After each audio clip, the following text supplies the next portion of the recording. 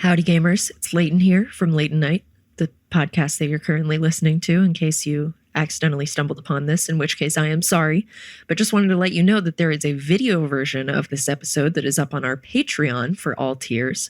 So if you want to join us over there, depending on the tier, you can get all sorts of cool benefits. We do mini-sodes every week. We do some fun videos. You get access to our fan Discord, and overall, it's a really lovely time, and we would love to have you there. So, without any further ado, here is the audio version of this episode. So if you want to do the video version, you can go to patreon.com/Leighton Night, or not. It's really whatever floats your boat. Anyway, episode...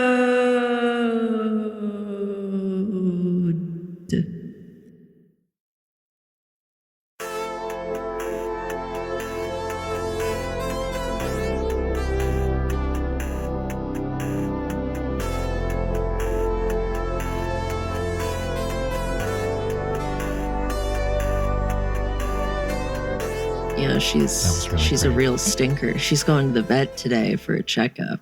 Oh, yeah? When I get within a block of the vet's office, she's immediately like, no, I don't know how to walk anymore, actually. I've never walked in my life. Yep. Legs? What do those do? She bricks. Yep. Yeah. This is what Audrey does when I take her to the doctor, too. She's a kid, so she's worried about getting a shot, right? Am I going to get a shot today? And... do shots hurt more with kids, or do they just have like a lower pain threshold? Because this is what I'm always confused about. You get a shot as an adult, and most shots are like, whatever, goes in your arm, your leg. It's not comfortable, but it's not like world-ending pain. Mm-hmm. And yet, with children, they seem to feel it more. It hurts more. / they're better actors. I don't know. But definitely it is a present concern in a way it's not for me. Column A, column B, because A, it's always hyped up. Like if you're going to the doctor, you're going to get a shot, and a shot is a bad, scary thing. Mm-hmm. You have less experience with physical pain in your short life as a child. So a shot is up there as scary. And also it's not usually that like the pain you're going to be in is telegraphed. Because a shot, you're being told that you're getting a shot. And I think it's maybe the dread and the build up to the shot rather than like, I fell and 100%. Skinned my knee. You know, God wasn't like, you're about to fall and skin your knee, so prepare. Or I don't know, maybe he did. God does talk to me about that. He works in mysterious ways.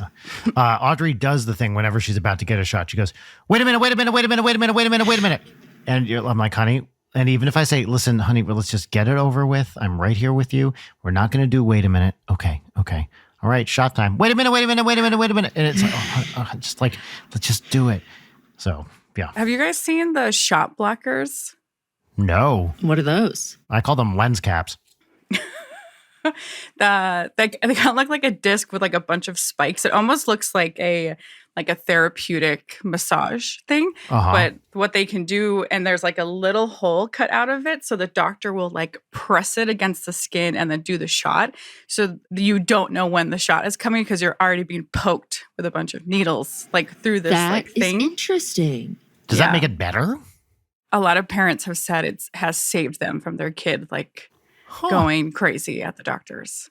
Because they're like, I don't know when it's going to happen, but like you're already being pushed with like these pointy That is things. interesting. Okay. Yeah, it looks like a little retainer, sort of. Yes.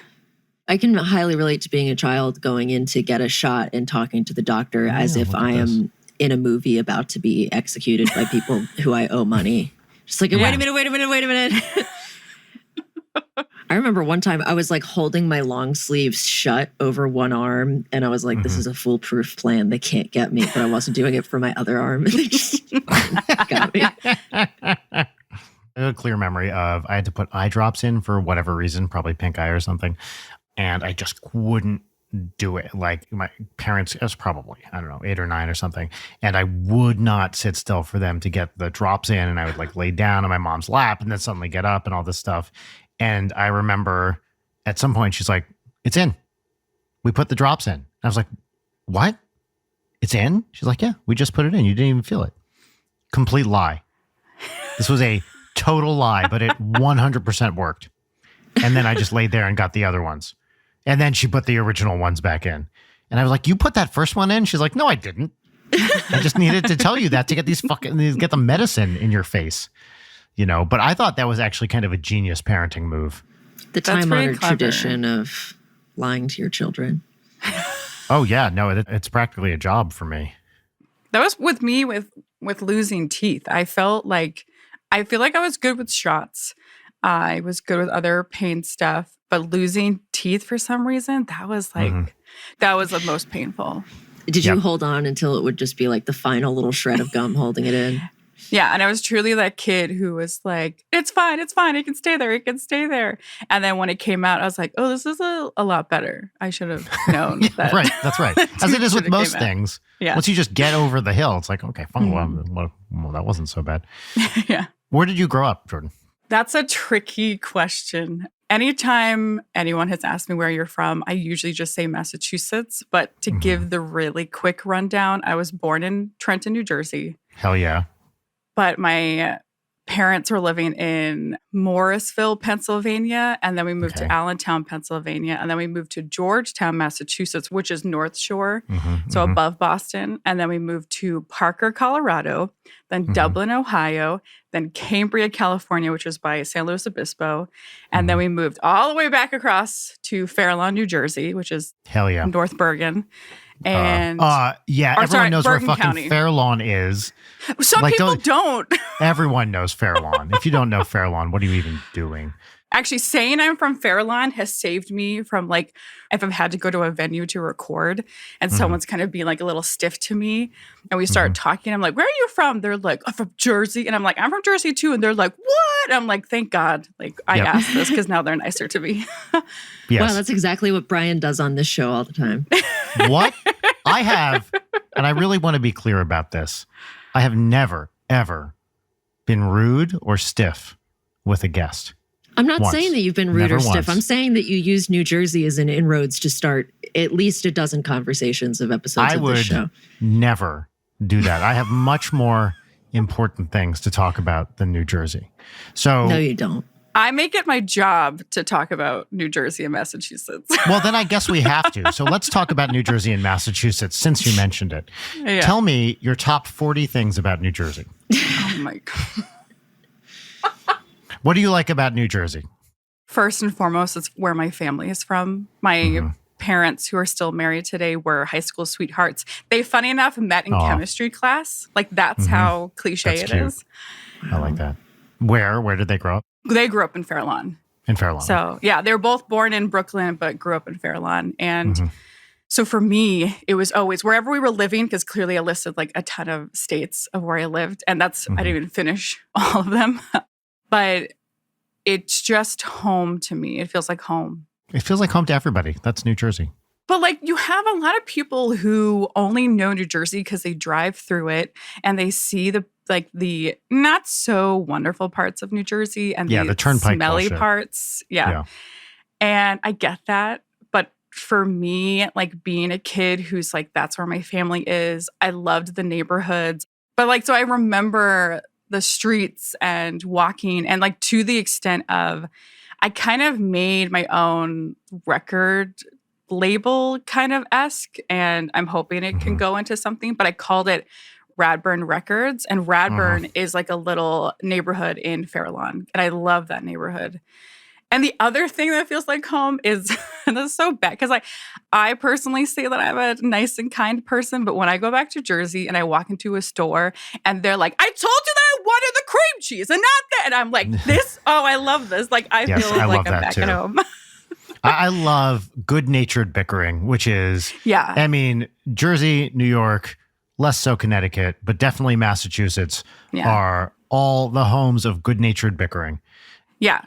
And I always say, and I'm sure some people will disagree with me, but I find that people on the East Coast will be mean to you and then be your friend, where I find that people who grow up on the West Coast will be your friend and then be mean to you. Yes, that is very accurate. Yeah. So I find that any person who I have jived with in LA, I'm like, you're not from here, are you? You're probably from the East Coast. And they're like, yeah, I'm from Maryland, or I'm from New York. And I'm like, of course, that's why we drive.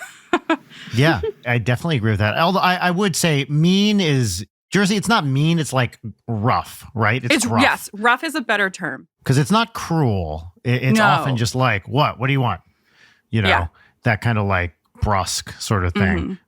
Well, similar to what you're saying, Jordan, in the South, where it's the Southern niceties hiding deep contempt and disdain. Yeah. It's easy to smooth over when you got that Southern accent.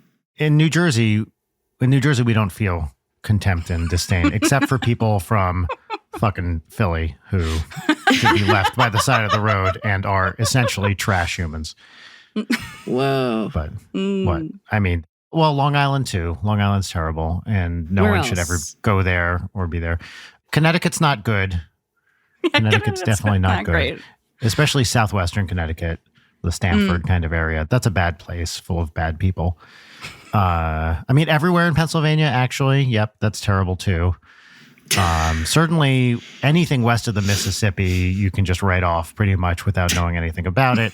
Most places east of the Mississippi too, Virginia and West Virginia. You don't want to go farther south than Maryland, and even Maryland's kind of terrible. Not as bad as Delaware. Delaware is truly the worst. Maine isn't barely even a state. Just hold on a minute. I'm doing a thing. Just barely. Vermont is like borderline acceptable. New Hampshire, definitely not. What the fuck is going on in New Hampshire? You don't want to go there. There's nothing interesting for your in New die, Hampshire. Buddy. Live for your die. New Hampshire's a bunch of weirdos. I'm going to say Midwest. I mean, what's going on with Chicago? That's a bad vibe. I don't think Chicago is worth going to. All of Illinois. Let's get rid of Wisconsin too. Ohio, we all know Ohio's terrible. I want the live weather map update of every state that is eliminated from Brian's list. Yeah. I mean, Hawaii is nice. We'll stipulate that Hawaii is cool. So really, it's like 2 or 3 states that you're cool with. That's really what it comes down to. It's just New Jersey, actually. It's just New Jersey. Okay, now that I'm thinking about it, it's really just New Jersey. Yeah, that's right. And you know what? I will agree with that. Because you're a reasonable person. But really, the worst is Long Island, as everybody knows. Long Island and Pennsylvania. God bless the one person who emailed us for the advice episode affirming that they love the Long Island trash talking, because that is just encouraging you in a way that you did not need. Well, I mean, here's the thing about Long Island. It's terrible. You know what I call Long Island trash talking? I call that talking about Long Island. Because you can't start saying things about Long Island without talking trash about it, because there are no good things about Long Island. Name one good thing. You can't. Say one nice thing about Long Island. It's next to New Jersey, sort of. No, doesn't count. One nice thing. One nice thing? It's pretty long. One nice thing that doesn't involve calling it a word that is in the name of the place. Okay, how about this? I appreciate what the Simon Center for Geometry and Physics does to promote mathematics and theoretical physics, and that is located on the SUNY Stony Brook campus in the Stony Brook town of Long Island, which is a terrible place. All right, I'll take it. I'll accept it. That's a nice thing, right? I have spent several weeks of the summer hanging out on Long Island doing theoretical physics, and I had a great time, except for being on Long Island. And watching people do 70 in a 25 and then get mad at me for obeying the speed limit. I used to nearly get hit all the time in Jersey going to school all the time. Oh, yeah. Here, look, we can talk about this too. Tell me what you think about this, Jordan. I feel people in the Northeast, New Jersey, let's say, are very aggressive drivers, but they're not necessarily bad drivers, right? They're just, they know what they want. They're making bold, creative decisions. That's exactly right. Thank you, Leighton. Yeah, I would agree with that. I think you're taking like people who drive in the city all the time and like put them in a suburban neighborhood. And that's how I would imagine they drive. Yes. I did see a kid get hit by a bus and break his arm in front of me. So that was wild. Hit by a bus, like a city bus or like a school bus? The school bus. That's Final Destination shit. That sucks. That is. It's so loud when somebody gets hit by a car. Nothing prepares you for how loud that is. It's like a gunshot. Yeah. So I was driving my car today. I pulled up to an intersection. There was a guy many feet away walking his dog towards me. I'm nowhere near him. I pull out in the intersection. I'm waiting for me. I have to poke out to see around parked cars. And this dude, after I'm there for, 20 seconds, walks behind my car and whaps it with his hand. And I was like, what the fuck, bro? Like, he had lots of room to walk around the back of the car. He was not like up at the corner and I cut him off. I pulled out slowly, was waiting, and this guy whaps my car as he passes it. And then it took me a second. I was like, what the fuck is going on here? And I watch him walk his Pomeranian down the block okay. and he doesn't even turn around. This is like I'd say a youngish guy, probably in his 30s, cruising down in his khaki shorts, flip-flops, and Pomeranian. And I was like, why the fuck are you hitting my car? I've done nothing wrong. And nothing makes me more upset than, unreasonable anger. That's such I can't imagine doing it. Also because I feel like you don't know who's in that car. I might have an American gun, right? Like, they're in a car. You are walking a Pomeranian. There's a power imbalance, which I embrace in that particular case. Unless it's an attack Pomeranian. Oh, no, that's true. Yeah, those are. But you need a bunch of them because they attack like velociraptors. Yeah, and they stack up. That's right. They Voltron. Maybe he likes hitting cars' butts. Maybe he does. Maybe it was actually sexual harassment, Brian, and you read that whole thing wrong. Yeah, of my RAV. Yeah. My RAV4. Everybody, this is Late at Night with Brian Weck. My name is Brian Weck. Across from me, as always, is my co-host, Leighton Gray. Leighton, say hi. Hi, resident vehicle harasser checking in. Mystery guest, who we are so glad to have here today. Would you care to introduce yourself? Yes, my name is Jordan Duffy. I'm an audio engineer for the Earwolf Network, who's under the SiriusXM umbrella. Mm-hmm. And I work on a bunch of fun shows. Some people know me as Engineer Jordan because I constantly laugh in the background of episodes. And I'm also a musician and singer-songwriter.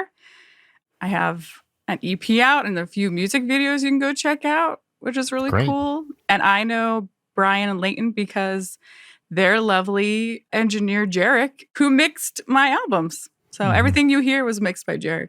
That's awesome. Yay. Yeah. And we have hung out in person in the past. Yes, we have. The highlight of my life. Well, mine too, of course. So can you tell, for those who don't know, which Earwolf shows you have or do worked on? Work on? Have or dude work on? Have a dude work on. Yeah. Okay, episode title, Have a Dude Worked On.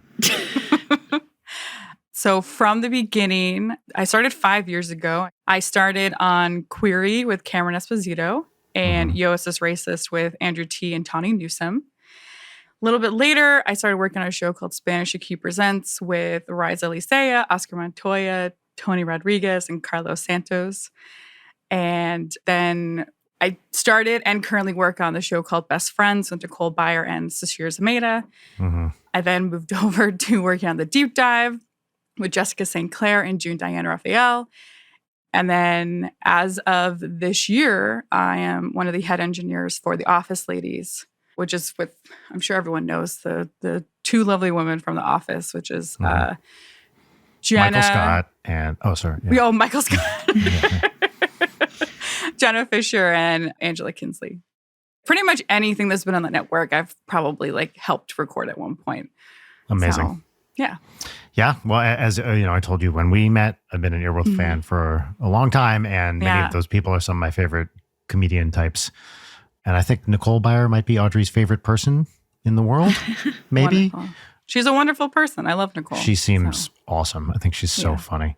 Yeah. So that's awesome. I mean, what a fun thing to be a part of that scene. It's wild. I was the first female to ever be hired at the company. And I think I was the youngest engineer also. Yeah. Wow. Yeah. And I held that title for a really long time. And other female engineers have come and gone. But yeah, I was the very first one. Well, congrats. It's a lot of pressure. Thank you. Yeah. There's the regular amount of pressure that you get being a woman in a space that is very male dominated, but especially when you're the first one and the youngest, that's a lot to have to contend with. It is a lot. And I'm sure that everyone there is very nice, but you get those those short little interactions that the other person doesn't remember at all, but that stick with you and, drive you insane forever. Yeah, I definitely have had moments like that. They're very early on when I was first hired. There was a certain show that is, I don't think around anymore, but they had like older people come in for the episodes. Mm-hmm. And this gentleman, there's no one else in the office, was like, "Where's the engineer?" And I was like, I'm the engineer. And he was like, "Where's the male engineer?" Doctor? Yeah. And I was like, I don't know what to tell you, man. Like, it's me. It's only me. No one else is here to help you. So we can either do this. What I would have done then is constantly push talk back and be like, guys, what do these buttons do? Hey, can someone come in here and turn this on for me? I should have. I think we might be rolling. Stuff like that. Yeah. Exactly. Oh, I wasn't recording, actually. Yeah. Oh, you wanted me to tape this? Oh, okay. Got it. Yeah. I thought I was just here to look cute and get coffee, right? Because that's what you thought. Yeah. I wonder if this is true for you. I found this when I was a musician at like comedy clubs. There's this vibe of you're there to do a particular role, but it's not necessarily your passion, and you want people to know about, like in your case, you have this amazing musician side, right? Which is probably the thing, I would guess, tell me if this is wrong, the thing you're more excited, passionate about doing. And I think it gets very hard when people see you in a certain way to try to transcend that, you know? I've certainly found that in my life. Like, you come in one context and people are like, oh, and you're a musician too. And you're like, it's not cute. Like, that's what I do, you know? So I wonder if you felt that at all. I definitely have felt that, to the extent of, and I was going to mention this before we started, I have taken it upon myself. I just signed up for UCB courses. Nice. Ooh. Because I've been going through some like performance anxiety stuff, and I was like, I think this will help. But no, it has been really tough.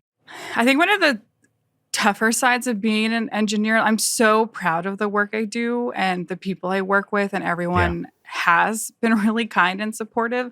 But I have had many moments of like, oh, I am a musician. I am a singer. And you're a creative. You don't just hit record. Yeah. So sometimes it's hard. Like, it's sometimes heart-wrenching to be like, I can't jump in. I'm so lucky and fortunate to work on Best Friends, where I do have moments that I can jump in and like talk and make jokes. And that's really nice. But there have been a lot of podcasts that I'm like, oh, I would have said this and that would have been funny. Or like, oh, I would have said this and that would have been funny. And I have had opportunities to sing. Like, there's a podcast called Just Between Us, and I'm the singer for that theme song, which I don't think people realize. Yeah. That's awesome. Yeah, it's really cool. And then I've been able to like compose like little pieces, and I believe Office Ladies has like something coming out that I made a theme for. Oh, cool. And that's awesome. I'm able to do little things, but it's really hit me this year of like, oh, like I'm really a performer. And I'm so happy that people are like comfortable and happy with my work as an engineer. And I've become one of like the top engineers in the company, which is like crazy to think about. Yeah. But like deep down, I'm like, I want to be on the mic. I want to be doing stuff. I want to be talking to people. So yeah, you're totally right. The one story that happened like close to 20 years ago now that I will always remember is I was the music director at an improv theater in Boston. I may have told this story on the show. And, you know, my job was to give notes on the musical sections of the show, which were many. Yeah. You know, we would write songs, and there'd be musical improv that we would do. And I remember, you know, I was hired to direct the music parts. And during one musical improv, I gave, you know, I was doing my job. I gave some notes, and I got pulled aside by one of the owners of the theater. And he was like, yeah, the cast has been complaining that you're actually giving a couple notes on the comedy. Which all I was doing was like, I think it would be funnier if you sang like that kind of stuff. Yeah. And they were like, and you know, you don't really know comedy. So I think you should really just stick to the music. And I was like, that's Cass tough. has been complaining, huh? And I didn't want to say, you know, I'm a comedian too. I think they were in the wrong about what they had hired me to do. They hired me to give notes. That was my purview. To this day, and I know who it was too. I know the person that complained. Oh.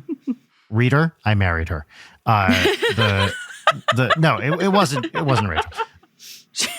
She's at your wedding and she's like, I have some complaints before we get married. Yeah. And then we got married and those complaints just stopped entirely. You'd be shocked. No complaint to this day? Perfect, no notes. Perfect husband. That's what I am. Kind, efficient, everything you'd want in a husband. So have I been nice to this guy? Have I seen him over the years? Yes, I have. And I've been perfectly cordial. He's a nice enough guy. I'm trying to be generous with this, but this still fucking rubs me the wrong way. Yeah. And there's no way to say this without sounding like a total monster, but guess who has been more successful in comedy? This guy or me? Well, I'm going to take a big guess and say you. I have. And sometimes when I am at my less generous, I'm like, what should we call this guy? I'm going to call him AirPods. AirPods. Sometimes when I think about this guy, I'm like, fuck you, AirPods. I think that's an interesting point. And Brian, you said yours, thinking about somebody like way in your past who was shitty to you at one point in like a very minor way and using that to fuel you. Jordan, you putting an exclamation mark at the end of your name on this reminds me of mine. Oh, yeah. Oh, I'm so sorry if that triggered it. Then I'm sorry. No, in a good way. When I was in first grade, every morning we had like a little sign-up sheet for the lunch options. And so it would be like chicken fries and, square pizza on the other side. And you would write your name so they would have a number count of who's getting what. And one morning I went in and I wrote my name and I put an exclamation mark at the end. And this kid was like, why'd you do that? You're not exciting. So, what? Yeah. So, fuck you, that kid. You're not exciting? Yeah. Boy, oh my God. That one got me bad at that tender age of 6 years old. That sucks. So now, who's exciting now, motherfucker? I don't even remember your name. Who has a top 500 podcast in Sweden? We might be falling on the 500. I think we're out. Yeah, what are chicken fries, Leighton? You said what is it? They're chicken tenders that are shaped like fries. They were good. Got it. As opposed to the chicken dippers, which were terrible. Mm-hmm. Jordan, what's yours? For the food or for the people? I meant for the fuck that guy from forever ago, but also food if you would like. Okay, this is a segment. I'm going to write a theme song for it. It's called Fuck That Guy.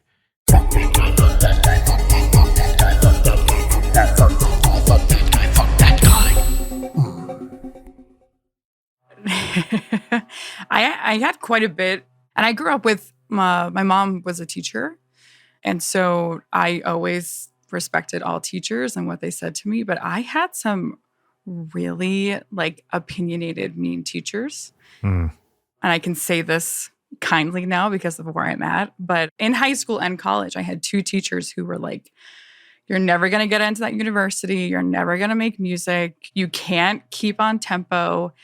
And it would really deterred me back then. I didn't want to do it. But then today, it's truly I can't be on tempo. Well, hear this motherfucker. And I can keep on tempo. I'm actually taking drum lessons because the guy got so in my head. And I understand when adults have to settle for things and life has not gone the way that they want to. And I understand now as an adult, 10, 15 years later, that those teachers who are saying really mean and negative things to me didn't need to say that. And they should have just kept those opinions to themselves. Yeah. And it did. It definitely effed with my brain. I totally suffer from imposter syndrome. And it's really hard for me to be hi, I make music and you can listen. I'm horrible at talking about myself, which is very bad to get for industry stuff. But it's because so many people have told me that I'm not going to amount to others. But I do have one guy in particular. Okay. And it was in 6th grade. I'll call him AirPods too, because it's the same vibe.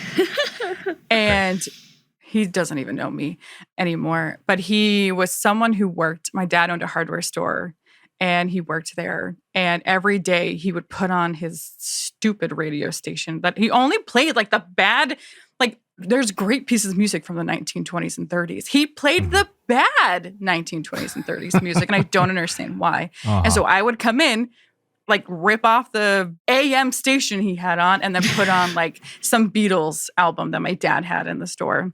And he used to get so mad at me. And I one time told him, I was like, I am going to be like a singer and musician when I get older. And I'm about 6th, 7th grade right now. So 12, 13 years old. And he was like, I don't see it ever happening. I think you should aim lower. And I was like, fuck you.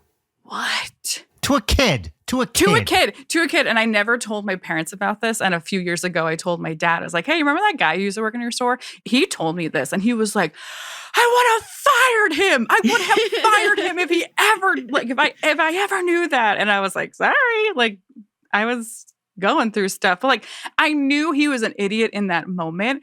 But like, it gets to you. And I'm like, oh, I guess I'm not going to have this career that I wanted. Well, because when a grown adult has the audacity to say that to you as a young person, he was also person, like 60 years old. Yeah. Yeah, it's like, well, this adult felt this was okay to say to me. So even if I think that's dumb, these are just words that I have in my brain now that will come to me in moments of weakness, and those moments of weakness are continuous. Yeah. Yeah. You know, and it's to a child, like I think it's okay to say to not a little kid, but to like a 13 and up kid, like, I love that's what you want to do. Here's some reasons why that might be challenging. Yeah. But, you know, I think you should go for it. But, you know, here's what, you know, people in that industry have to put up with. Just to say, that's amazing. You know, have you thought about this? I think that stuff is fair game.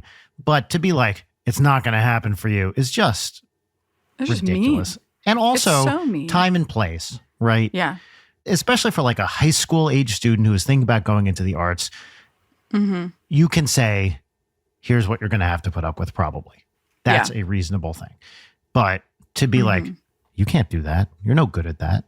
Come on. What are we doing here? That's just cruel. Yeah. And now I'm here with an album out and a music video and on this podcast. Yeah. So fuck everyone else. Yeah. Fuck all those guys in particular. Yes. Fuck all those guys in particular. You got the Jarek Centeno to mix your album. I got the Jarek. I don't know how. Jarek. No, don't I know. know how. You're lucky. Now you've also worked a lot with Alana. Yes. Who is a friend of the show. So can you talk a little bit about what you two have done together? Yes. And Alana is AKA Party Nails. That's Party her, Nails, yes, of course. That's her stage name. I met Alana before the pandemic, funny enough. I saw someone post about learning Ableton Live, the DAW system. And I went to my work and I was like, hey, like, I think this would be beneficial for here. Like, could I take this class? It was like $80. And they were like, yeah, sure, we'll pay for it. And so I took it and Alana was the teacher. And I had a great time in this course. And after the course, for some reason, I like couldn't get her out of my head. And I was like, I just feel like I need to be like friends with her. And I sent her, we should find the email, but I sent her the funniest email being like, I feel like we should be best friends. I don't know why. Can we hang out sometime? And like, I loved your class. And she was like, oh my gosh, yes, let's do that. And then boom, the pandemic hit. And so her, for like the first year plus of our friendship, we literally would have like Zoom dates like once a week. That's just so talking. It's so great. It's the cutest thing. We became such good friends. And then I was really scared. I think by 2021, I was really scared to be like, we're really good friends. You're an amazing producer. I love your music. And I've always been the type of person who like, I don't have family in the industry. I don't know how to do this stuff. I feel like everything's really like gate kept from everyone. And so I was like, I don't even know how I became an engineer. I just went to school for it, applied for the job, got the job, and then I was just there. And I was mean, like, that sounds like how you did it. I would say that pretty much answers the question. Yeah. I was just shocked that I got the job. But going to Alana, I was like, I want to make an album, at minimum a song. And I was like, I think I need to work with a producer. And I'm really comfortable with you. Would you be open to this? And if you're not, that's totally cool. Like, there's no pressure. And she was like, absolutely, yes, let's do this. And awesome. It is like the weirdest thing when we're in the studio, because I'll like start to make a comment or like a note and she's already doing it. And I'm like, this is so odd. So we are a really great team. And she also told me that she wanted to produce more. So she was like, I think this is a great opportunity. Like, let's work on your stuff. And I came in with like, I have like 60 to 100 plus songs already done and written, but it's just like me and the guitar. I haven't done anything else with them. So when I came in, it wasn't like it was her and I in the studio making and writing new songs. I was like, these are my songs. How can we make them cool? And that's how my first EP, No Big Deal, came to be. And I'm very proud of it. And we're currently in the studio now working on the next album. And it's so great. I absolutely love Alana, and she's one of my favorite people. And she's truly like my first friend in Los Angeles that like is my friend. It's not like I met them through work or through a coworker. Like, I met her and through like the cutest meet cute ever. And y'all are like so adorable. And it's so gross how adorable we are in person. It's extremely cute. I fucking love it. But no, we're so appreciative of each other. Even in the studio, like, we'll stop and be like, you know what? You're doing really good. Like, whatever you just did was really great. I'm like so happy with it. And I always put her in the order of like friends and then like producer. And that's why we've worked out so well and been really open and transparent about everything. And I've always told her that first and foremost. I was like, if this gets weird, we're stopping production and we'll just be friends. And it hasn't gotten to that point. And I'm hoping it never gets that point, because we're just really good friends. I love it. That's awesome. There's a thing that really bugs me that is kind of like the stereotype of some girls being like, I'm mostly friends with guys because girls are too much drama. Female friendships are, I wish boring. Cis men, shut the fuck up. Man who listens to women. I do listen to women, Leighton. Thank you for saying that. You know, I'm not going to do this bit right now. Yeah, thanks. Wise choice, Brian. But did you just flip me off? That was rude. No, I didn't. What are you talking about? You saw I didn't flip him off. But I do wish that cis men could experience like female friendship, you know? Like, it is such a different that I have many guy friends, I have many girlfriends. It's such a beautiful, mutually supportive thing. And I think every once in a while I will be like, I'm in a room that's only women. And that doesn't happen a whole lot. And when it does, it's just like, this is nice. Wow. It is nice. Like, even with podcasting, I used to be like the only girl in the room or in the booth. And as like things have moved forward, it's a lot more diversity. But I think the other main reason with like working with Alana, not only like being an awesome producer and like my friend, but also I have worked with so many male producers. And I'm not saying all male producers are like this. I know that there's some amazing male producers, not all men, but every producer that I have worked with male-wise has never listened to me, hasn't let me in the room, hasn't let me like experience what I want to experience. And I have so many ideas within that realm that it's like a mutual producing with Alana. And even down to like my tattoos, I'm covered with tattoos, and there's only one tattoo on my body that was done by a male, because that experience alone, I was like, I'm not doing this again. And every other tattoo I have has been by a female, and it's been so nice and eye-opening. And again, I'd be open to like having a male tattoo me, but in that space, I just felt like really sexualized. And I was like, I don't want to be here. And like, this shouldn't, that's not how it should be within a recording studio, within tattoo parlor, like in every realm of my life, I want to be safe. And I have felt that with Earwolf, like the majority of my time at Earwolf, it's been really a safe space with no matter who I'm recording. Everyone's very kind and nice, but I agree with you. I want cis hetero men to have relationships and conversations like typical women have. Yeah.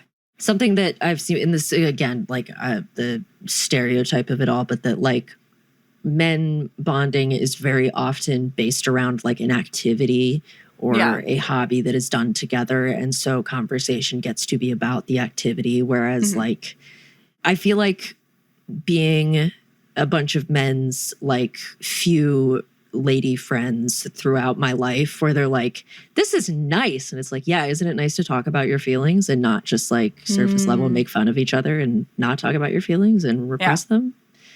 You know, caring about other people mutually, it's good for your growth as a human being. And it is irreplaceable shit to be a human.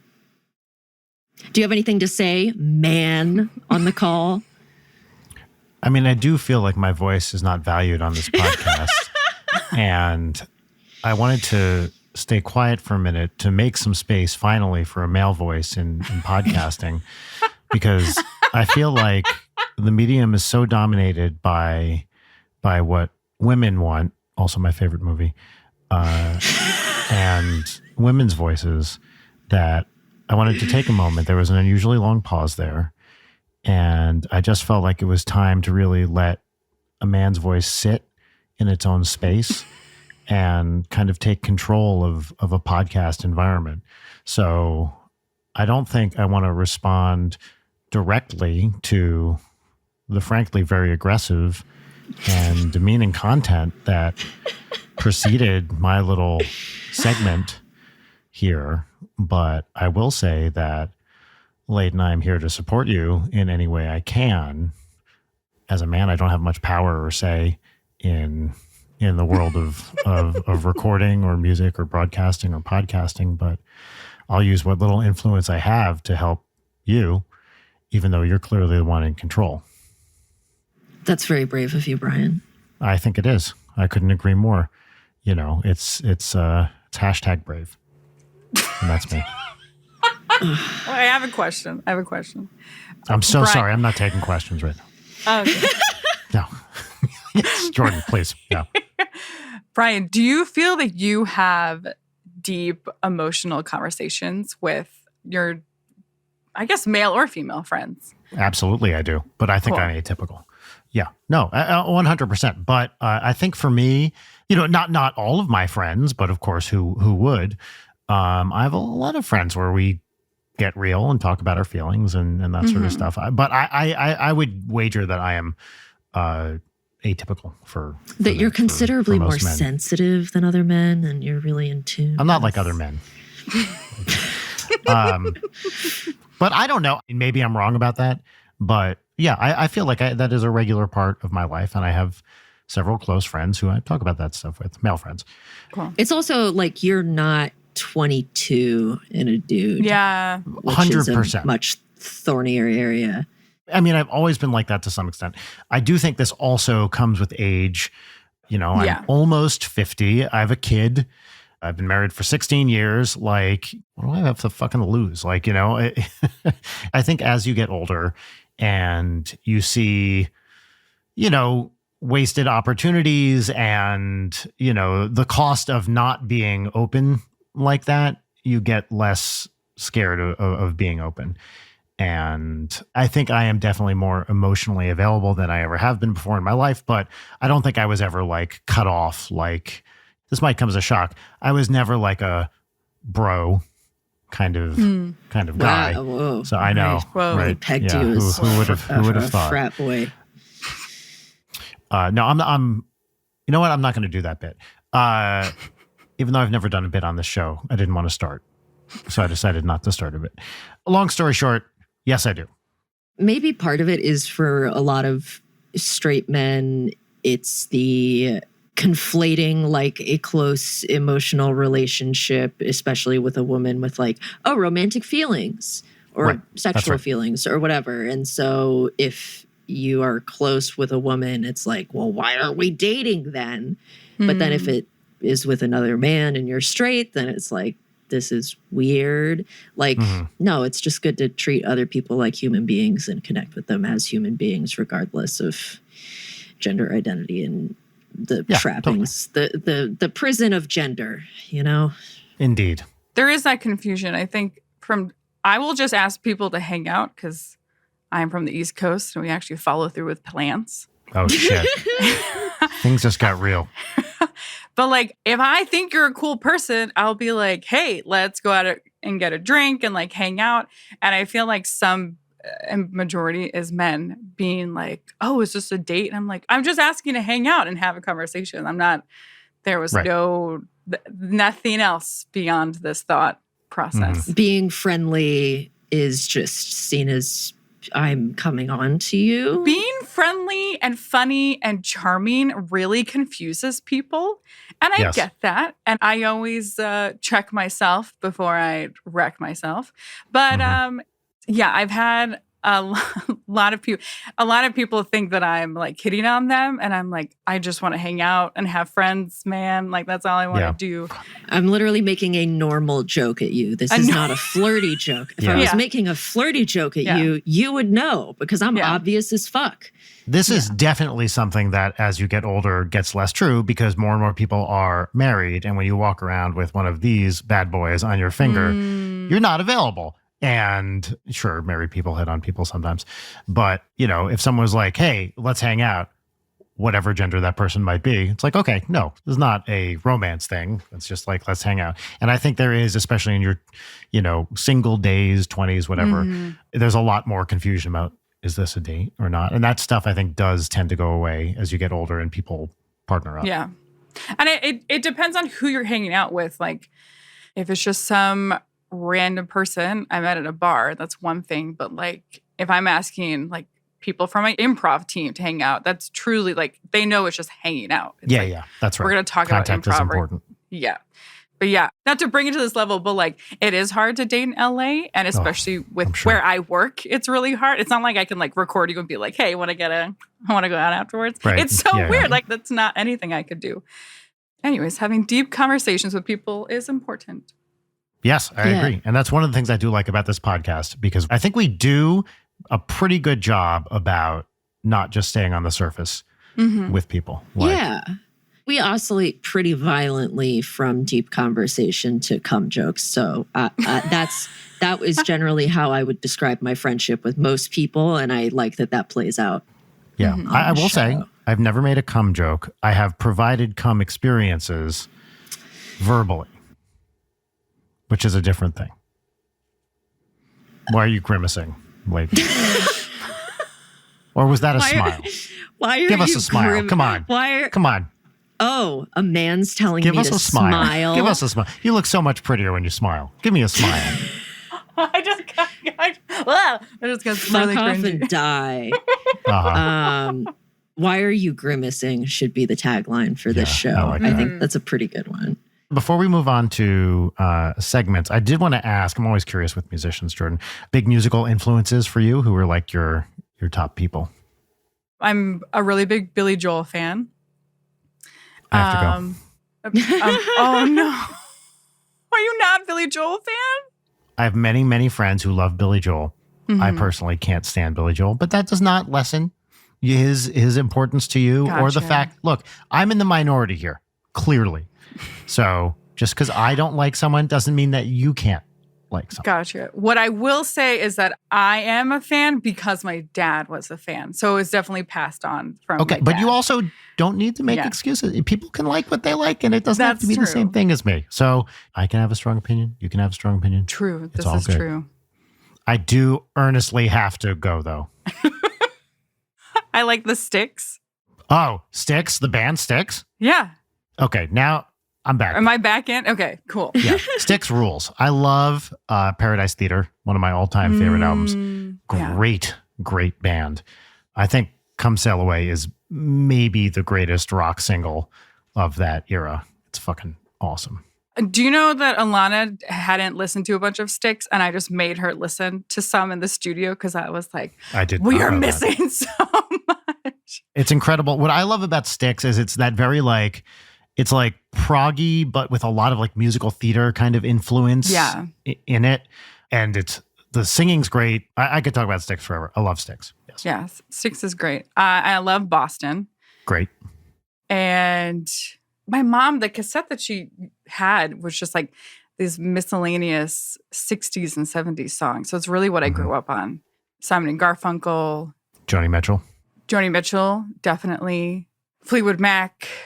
And then for artists like today that I think I got into, I had like this moment of, I was definitely into the punk scene. I hate admitting this, but I was a very big Good Charlotte fan until I went to their show and they spit on me. And then I was like, wait, okay, hold on. Yeah. What happened? Okay, first of all, you don't need to apologize for being a Good Charlotte fan. Many terrible people are. Yeah. I was like 13, so. No. Look, we all had bad musical taste when we were 13. Talk to me about what happened to you at a Good Charlotte show, please. So I was living in Cambria, so again, near San Luis Obispo, and I saw that they would be performing in Santa Barbara. And my sisters are 7 and 10 years older than me, so the one who's 7 years older than me was living with us at the time, and she was like, you know what? I'll drive down, I'll like chill in Santa Barbara, and then I'll like take you back up. And I was like, cool. My friend and I went and we got like the standing room only tickets and we're just like jamming out. And then Benji Madden took a sip of, I'm assuming beer, and just like spit it on the crowd. And I was like directly underneath him. God. And I just remember going home and my parents being like, were you drinking? Why do you like smell like this? And I'm like, I got spit on. Why do you smell like Good Charlotte, Jordan? I don't know what to say. And so after that, I still like their songs. But after that, I was like, I can't do this. And I think that's also what really deterred me from going to see other shows of performers, because I was like, is everyone spitting on everyone? Like, concerts I don't are the like place this. where the lead singer spits on you. That's how concerts work. Maybe that was the river. That was the river. Yeah, the beer. That's a Good Charlotte song. Wait, what album is that on? I don't know. It was their third most popular track on Spotify. I just looked it up. Oh, that must be like a much older. I dipped after their like fourth album. The River is from an album from 2007. Okay, yeah. So I basically Good was Morning like done Revival. after that. Yeah. I, for a second, Brian, like my entire like foundational knowledge of you shook because you thought I could name a single Good Charlotte song. Yeah. I was pretty rocked by that. I'm not gonna lie. No, I very quickly grabbed my phone and looked up Good Charlotte on Spotify so I could try to make some kind of joke, which I did unsuccessfully. So around that time, it was like Good Charlotte. It was like I was listening to like the Vans Warped Tour CDs, and there's a band called Smile Empty Soul that their very first album, I think, really like got me where I wanted to be musically. And I just remember like listening on like my Discman to their album all the time. But today I can say that like I love the singer Yola. I love Ida Maria. She's a Norwegian singer who her album Fortress Around My Heart is like my go-to. I also love the Menzingers. I don't know if either of you know the Menzingers. I don't know if any of these people. I've never heard any of these I. people you've just mentioned. If you could recommend a track from one of the people that you just mentioned that we should listen to. We're also going to do a segment pretty soon. Yeah, but I'm allowed to ask for a recommendation outside of the boundaries of the segment. As I mentioned before. The show would be 10 minutes long if we didn't talk about pop culture stuff outside of the mandated, court-mandated pop culture recommendation segment. I thought you said you respected women, Brian. I'm used to you telling me to shut up and you just in general, me not having a voice on this show. So that's fucking right. If this is the way you want the show to go, then far be it for me to disagree. I'll just sit here quietly. This is a nice change of pace. And not do bits, as always. Yeah, Jordan, if you have a few songs you want to recommend, that would be cool. Sure. our first segment on the show is our pop culture recommendation. I recommend Dancing Away in Tears, which is Yola's, one of Yola's songs. And then the Menzingers, I recommend just their entire After the Party album is great, but I really like their Thick as Thieves song. And then Ida Maria, again, the Fortress Round My Heart, which it came out in like 2006 or 7 or 8, one of those. Just an entire album. But Oh My God is a great track. Hell yeah. I also like to ask musicians, what's your relationship with music theory? Like, is that an important part of your writing or not really? It is. I started music theory, I guess, back in high school. All in one year, I took a beginner's guitar, beginner piano, and then electronic music course in high school. And I was that kid who like would do the guitar exercises and then be like so bored. And so I would be like, oh, this chord goes with that chord. And then I learned about like the circle of fifths in college. And I was like, oh, I'm already doing this. I was also that kid in in elementary school who we'd have to sing for whatever performance and singing like Rudolph the Red-Nosed Reindeer or whatever song it was. And I would be that kid unknowingly harmonizing. And the teacher would get like pissed. And I'd be like, I don't know what I'm doing wrong. Like, it sounds great. Like, like, I don't think I'm doing anything wrong. And I didn't know till I was in college that people don't naturally harmonize. And so that's why I like joined my university's chorale and I got to sing in Italy and other places. And that's awesome. I was like, oh, well, I'm really good at harmonizing. But yeah, much more in college. I learned music theory, and in college is also where I learned I had a 4-octave range, which is like crazy. That's a lot. It is a lot. Can I sing all that today? Not sure. Maybe with more training, but I had so many vocal teachers who were like, I don't know what to do with you. And I was like, I just want to sing. Finally, my vocal coach in college was like, oh, they didn't know what to do with you because you have a 4-octave range. They didn't even know where to start with you. Yeah. I've had a lot of friends just say that to me in general. Of a 4-octave range. I don't know what to do with you. It's I get that a lot. I do want to move on. Well, our first segment on the show is our pop culture recommendation segment. This is where we get to talk about something we've been enjoying recently. It could be a book, a movie, a video game, what have you. Unfortunately, now, Jordan, you know this better than anybody. I cannot and do not have the ability to play audio files on this show. I do have a theme song that I wrote for this segment, but I can't do it because that technology does not exist yet. Could you sing it? What I can do is I can ask you, if you were to have heard this theme song, what would you have thought of it? It'd be like, ooh, pop culture time. Something like that, I guess. That's better than the one I wrote. So we're just going to use that from now on. The name of the segment is What's Poppin', and the theme song goes here. What's poppin'? What's poppin'? Layden, what's poppin'? What's poppin' for me is a YouTube channel called Ada Fox ASMR. It's Fox with 2 X's. Maybe I've popped this before. I don't know. I feel like you might have, but I don't know. Yeah. I've popped multiple ASMR people on this show because I always fall asleep to ASMR, but she has like quickly become one of my favorite ASMR people. I can't recommend her channel enough if you just want to go to sleep. She's just funny and gorgeous and has great long nails and does the little tippy tappies on your face. So God bless her. I love ASMR YouTube. God bless you all. That's what's popping for me. Cool. Jordan, wow. What's popping for you? What's popping for me? I love the show Bluey. And there's a new season out. I've heard a lot of people talk about this show. Yeah. Is it good? I love it. I have nephews, so that's how it got into Bluey. But watching it as an adult, I think it's so clever and smart. And I even have been in communication with the person who does the music on the show. And I absolutely love the music on the show. But their newest season is out. And they're dropping a video game soon that's like nearly identical to the show, which is really cool. Ooh. So, yeah. I've seen clips and compilations of like the parents interacting, and it seems very, very cute.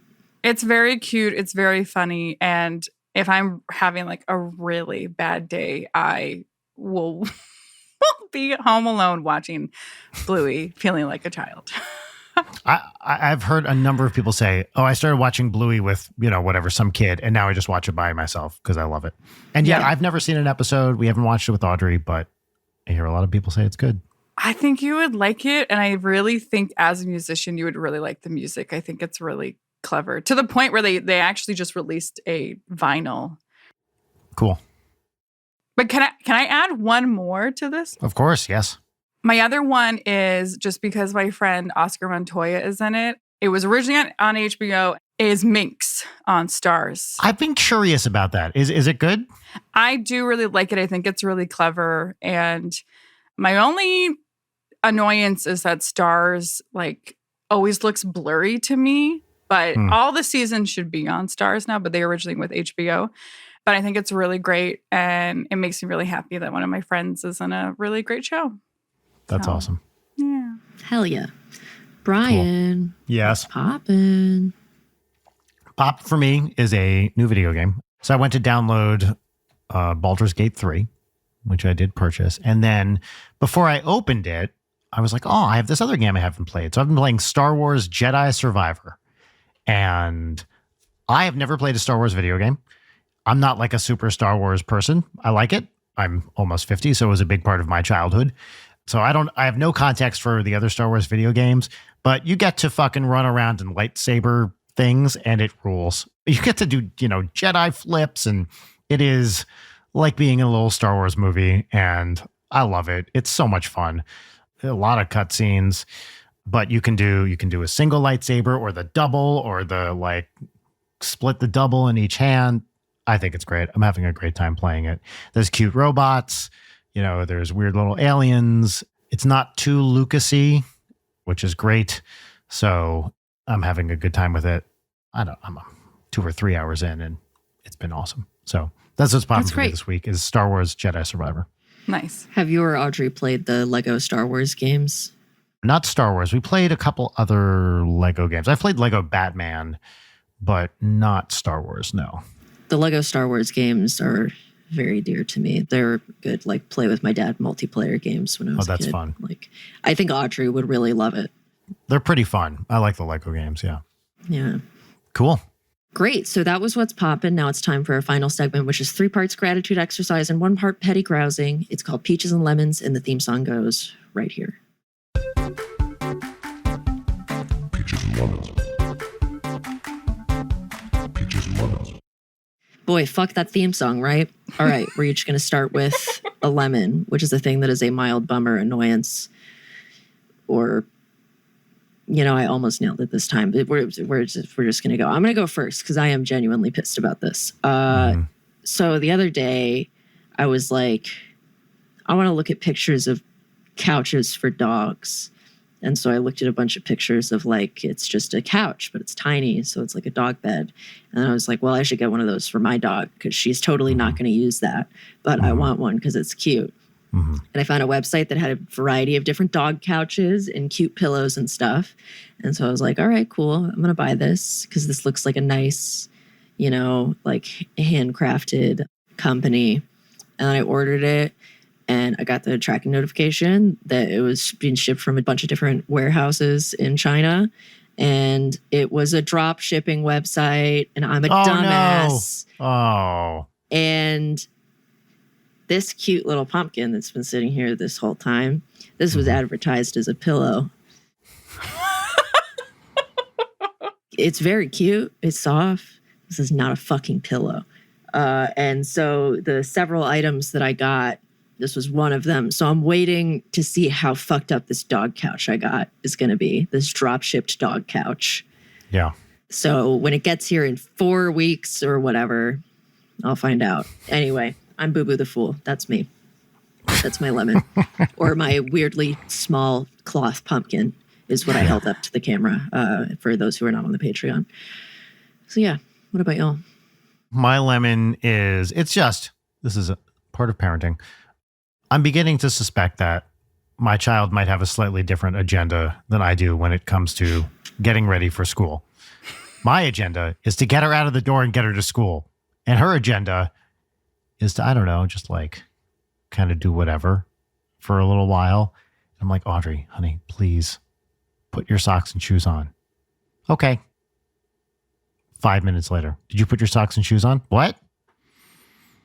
You know, repeat that with 12 different things every single morning. And it's just, you know, they have little goldfish brains. They get distracted by whatever fun thing is happening. And it is, I know it is just how they're wired, but oh my God, it is so frustrating. And at some point it's like, can we please just get ready for school? We got her out the door this morning. I took her to school.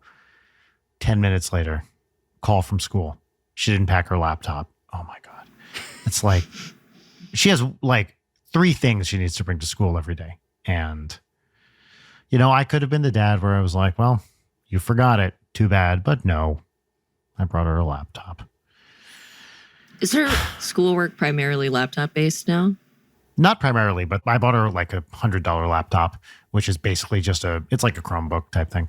And they do stuff on it. They make little, you know, slideshows, and they have a technology class, and it's definitely not primarily laptop, but they use it for stuff for sure. So that's my lemon. It's like, children, get better at like the stuff I want you to do. And going to the place that you so desperately do not wish to go. Oh my God. Also, well, don't even get me started on bedtime, which is a whole other thing. Yeah. Mm-hmm. All right. Jordan, what's your lemon? Similar to you, Leighton, I decided to invest in some new dining chairs. For some reason, I have an issue with dining chairs and finding the perfect dining chair. I don't know why. I don't live in some fancy place, but I just want comfortable chairs. And I one time went to a recording studio and saw this chair. I took a picture of it and I was like, cool, I want to find these chairs. Found the chairs, had them shipped all the way from New York to then have them arrive to, they were the chairs, but they were like drastically smaller. Oh no. And I was like, this isn't the right thing. And so I emailed the sellers, and it's like a vintage shop. And so they were accommodating to me as much as they could be. But I was like, I want to return these. Like, they're not the right size. And they were like, send a video, send pictures, do this. And they were also really squeaky. And I get that. They're vintage chairs. I know that they're going to be squeaky. And I just agreed to get like money back from the seller, but then kept the chairs. So now I'm just here with like tiny squeaky chairs. Like 6 extra chairs in my apartment. And I bought new dining chairs that I'm happy with, but I just am full of chairs in my apartment. And full of chairs. Yeah. And it's hard to sell them, funny enough, because they are decent chairs. Mm-hmm. And I'm very honest on the description of how I got them. And someone did poke me, but they're like, I only want 4. I was like, I don't care. Just I will keep take them off my hands, please. So that's what I'm a little annoyed with. Do you have any like small animals in your home? Because I feel like if you have a cat, that's like a dream come true. Just here's a billion chairs. I sadly cannot have pets in my apartment. But I do know you can have an emotional support animal. So if I was going to get a pet, it would be a dog. Yeah, I'm this dog's emotional support animal. She has a certificate for me. She has to pay like special pet rent for me to live in her apartment, you know. Because she works so hard at that job all day to pay the rent. Look at that fucking idiot. She's so dumb. I'm such an ingrate. And I'm just always begging for food and pets and barks. God, that dog is so stupid. Look at it. Look at that total absence of intelligence. The only thought in this head is grains of rice. There are 3 of them in there, and that's all she can think about. Anyway, and now we will each do 3 peaches, which are things that are cool, good, fun, nice, exciting, whatever the fuck. I'll go first because I always go first because I am boring and talk about the same shit, so I can blaze through mine quickly. Peach number 1. I am sort of kind of getting my shit together as a person and as an adult. No, I will not elaborate further. Second peach. I'm babysitting Brian's child, Audrey, tomorrow. And I am very excited to see that child because I love that child. And my third peach, is Nerds Rope. I love a good Nerds Rope. They shouldn't be that good, but they are. And anytime I get one, I'm just like, damn, I'm so glad I bought this.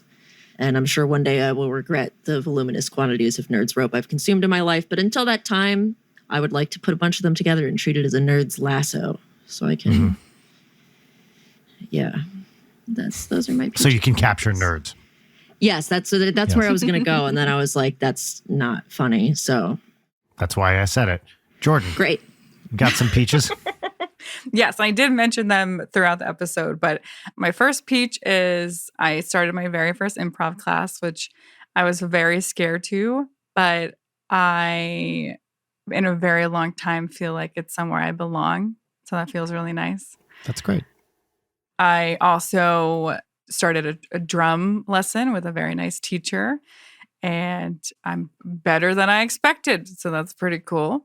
To the point where I bought an electric drum set. So we'll see how that goes. It's e-kit, that rules. Yes. Yeah.